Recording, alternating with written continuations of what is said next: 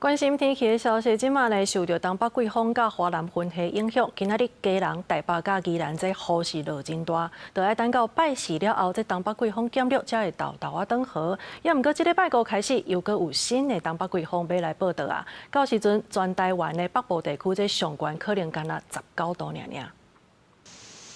北部的雨查查地受到东北季风和华南云系影响，拜二北部的雨真高，全台拢是乌阴的天气。气象署针对北部、东半部发布大雨特报，要到拜四东北季风减弱，天气才会转好。不过好天无够一天，拜五就有一波新的东北季风落南，到时全台各会进入雨落袂停的天气形态。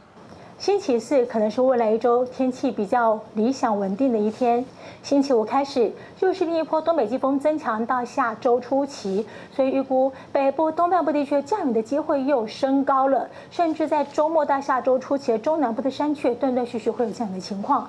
而且天气开始变凉冷，拜二透早上低温出现伫咧新北石顶，敢若18.9度。气象署指出，拜二、拜三这两天北部、东半部的温度伫20度至25度之间，中南部26度至31度。爱到拜四东北季风减弱，全台才会恢复30度左右的好天。不过拜五另外一波东北季风落南，全台大降温，北部降到20度以下，敢若剩18度至19度。东南部和华东地区的低温也会来到21度至22度。下一波东北季风在星期五开始增强以后，低温可能在马祖啊、金门、中部以北、东北部、东部的低温大概19、20度左右，越南边的地方低温大概21度、22度。另外，气象署拜二嘛针对台湾本岛10个县市和外岛澎湖、金门连共发布强风特报，民众要注意可能6级至8级的阵风，提醒无代志千万唔通挖近海边啊，则袂危险。